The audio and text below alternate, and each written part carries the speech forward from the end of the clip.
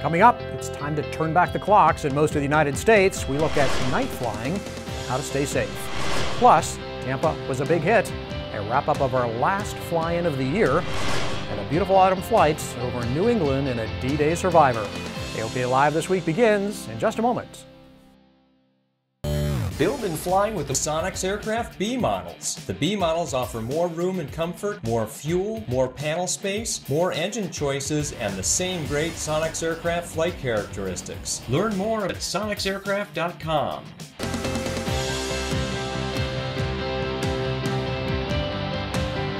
This is AOPA Live This Week with Tom Haynes and Melissa Rudinger. Thanks for joining us. Melissa is on assignment. It's the dreaded fallback this weekend.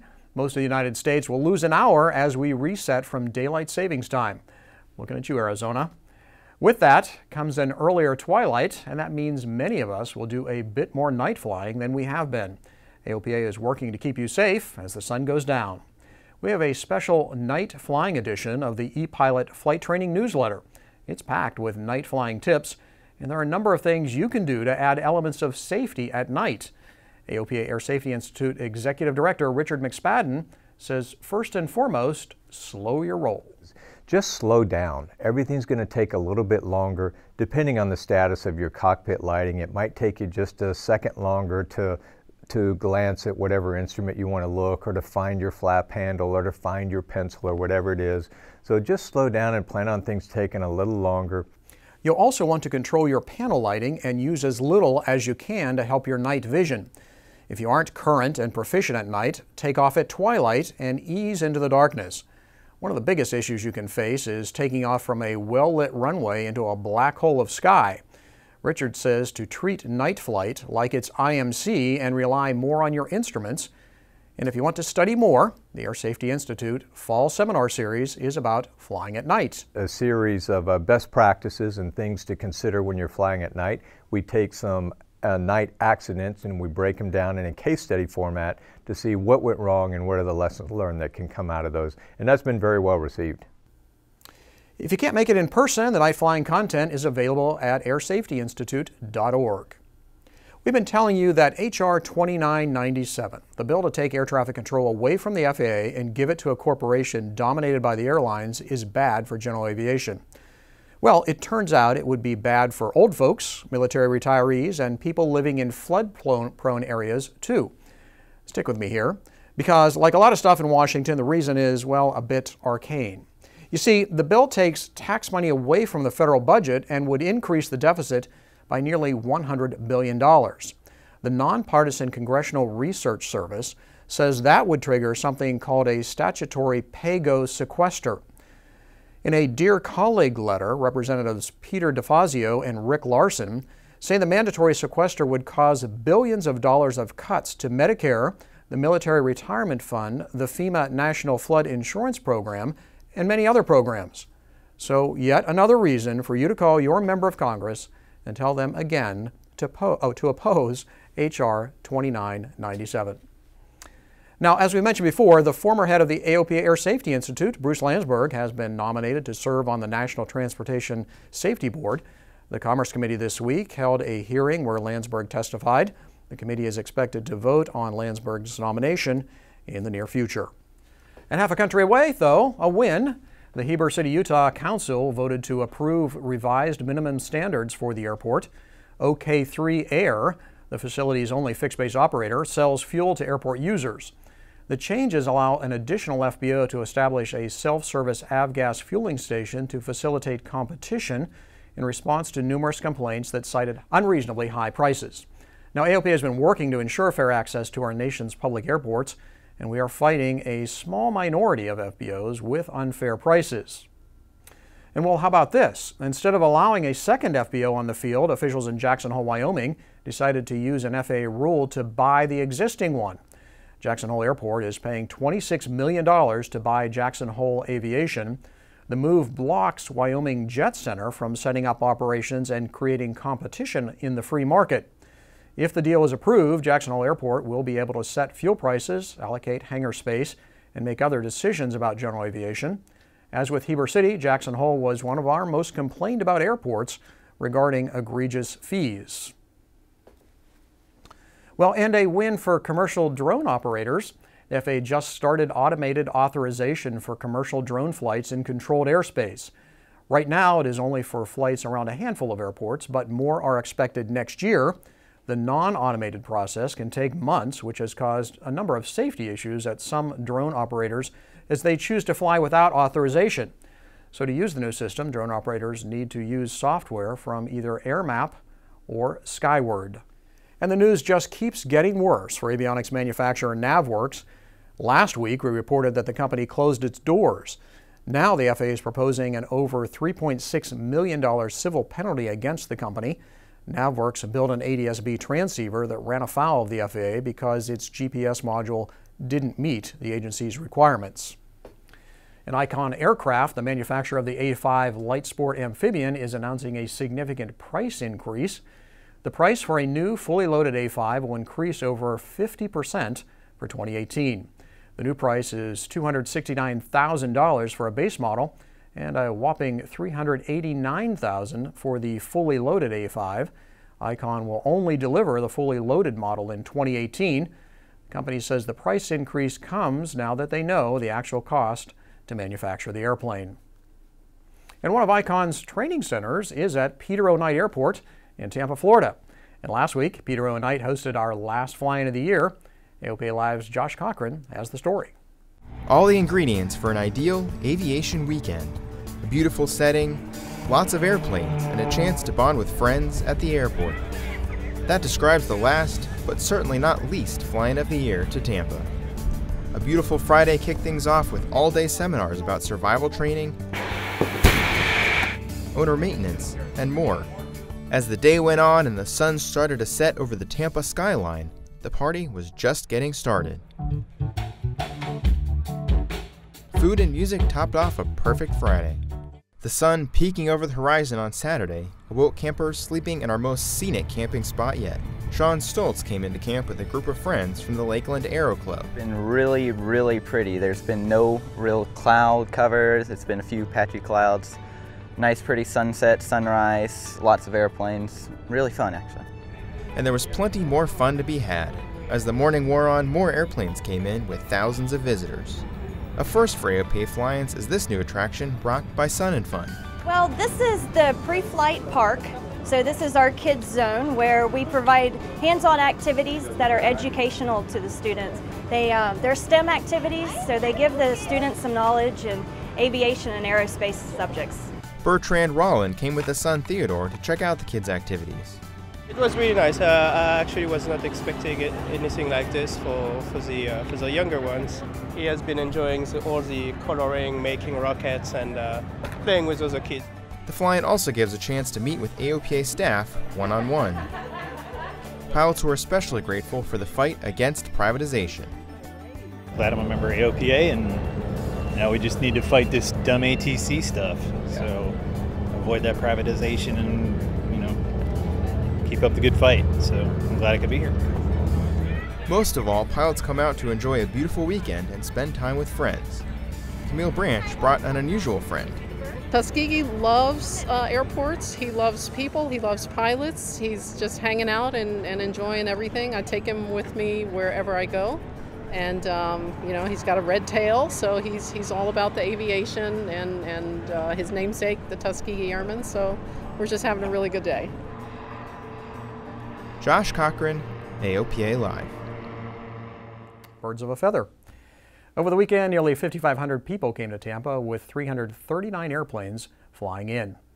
And including Tampa, we have now reached around 75,000 people with our regional fly-ins over the past few years, and we're going to reach thousands more next year. We'll be hosting another 4 fly-ins to Missoula, Montana, Santa Fe, New Mexico, Carbondale, Illinois, and Gulf Shores, Alabama. Those are all great locations. Hope to see you at least one of those. When we come back, it's artwork in the sky and a beautiful view from an airplane that's seen it all. Did you know it's now fully legal to fly your plane to Cuba? Call the experts at Cuba Handling and we'll walk you through the process. Our team will make your flight simple and will create the experience of a lifetime. From hotels to cultural experiences, we do it all. Visit CubaHandling.com. Welcome back. Take a look at this artwork. It's made by the flight track of pilot Brian Danza. That, of course, is a pretty detailed outline of a Diamond DA-40 created by flying a route around the country.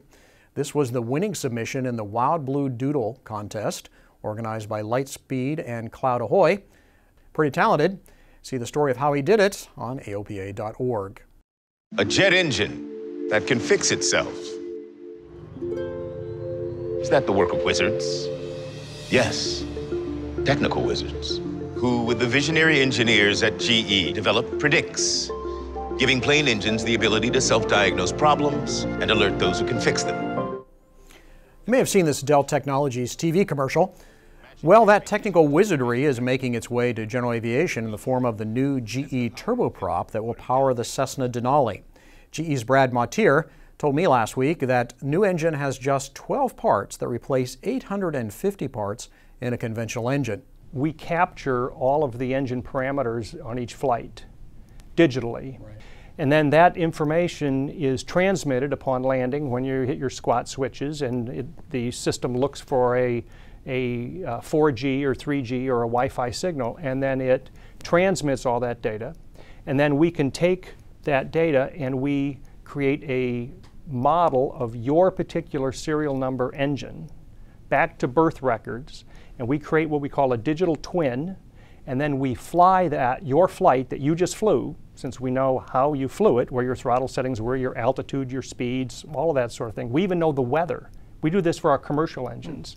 And then we model your unique serial number engine so that we can have a prescriptive maintenance program unique to you, as opposed to having a broad service bulletin or airworthiness directives or whatever. Mautier predicts this will change the ownership experience with far fewer times that the aircraft has to go in for a general service bulletin. You can see my full interview on AOPAlive.org under the Latest tab. Even though you don't have to go through long security lines to fly GA like you do with commercial airlines, security at general aviation airports is still really important. The AOPA Air Safety Institute has an updated course that teaches how you can help keep our general aviation airports secure. The course shows how to protect airport property and how to identify and report suspicious activity. You can find it on the Air Safety Institute website. General Eisenhower called it a tool of victory in World War II. The venerable Douglas C-47 Skytrain took men and supplies into battle. As we approach 75 years after D-Day, their numbers are getting fewer. But one D-Day veteran bird is a flying testament to the great hauler of the greatest generation. AOPA Live's Paul Harrop takes you aboard Placid Lassie. It's a beautiful fall flight across Connecticut, headed to the AOPA fly-in to Groton. Blue skies, VFR, and a few thousand feet over the changing leaves below. Pure bliss to leaf peep from the wide windows of a Goonie bird. Oh, how different it must have felt on this airplane, June 6th, 1944.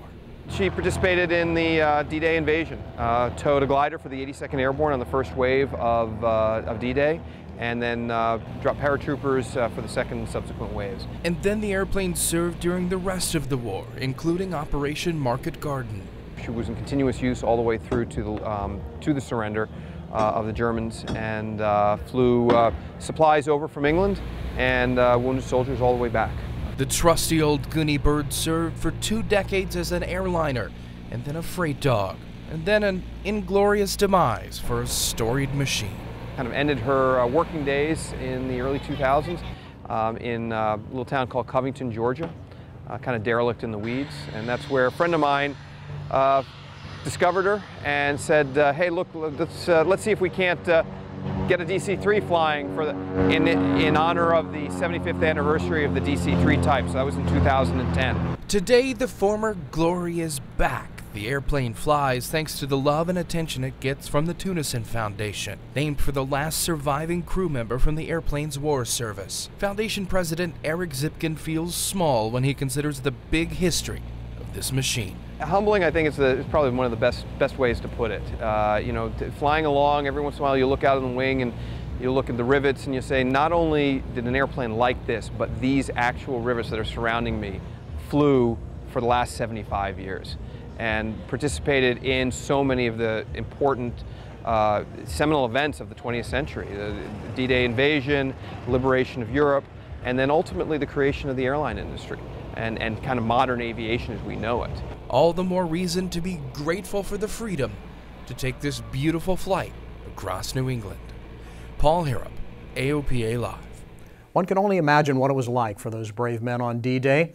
As you may know, the Commemorative Air Force is restoring the C-47 that led the D-Day invasion. Placid Lassie plans to join That's All Brother in a group of C-47s that will fly over to France for the 75th anniversary in 2019. And I sure hope I'm a part of that too. And this final note, the next time you fly aboard a Southwest 737 MAX 8, it just might be unmanned. No, Boeing doesn't yet have a totally autonomous airliner. Nope, this airline crew included no men, so, well, unmanned. And the Southwest crew had fun tweeting this out, and the Twitterverse freaked out. Yes, we know, this wasn't the first time that both a captain and a first officer were women, but sadly it is still rare to see women in the cockpit. The FAA says that women represent just under 7% of all pilots and a little over 4% of all ATPs. So something to think about, something to do something about. And that's it for this edition. Thanks for watching. And if anyone out there still uses something other than a mobile device to tell the time, remember to set your clocks back an hour Saturday night into Sunday. And that makes it an hour less that you'll have to wait to see us again next Thursday. I'm Tom Haynes. See you then.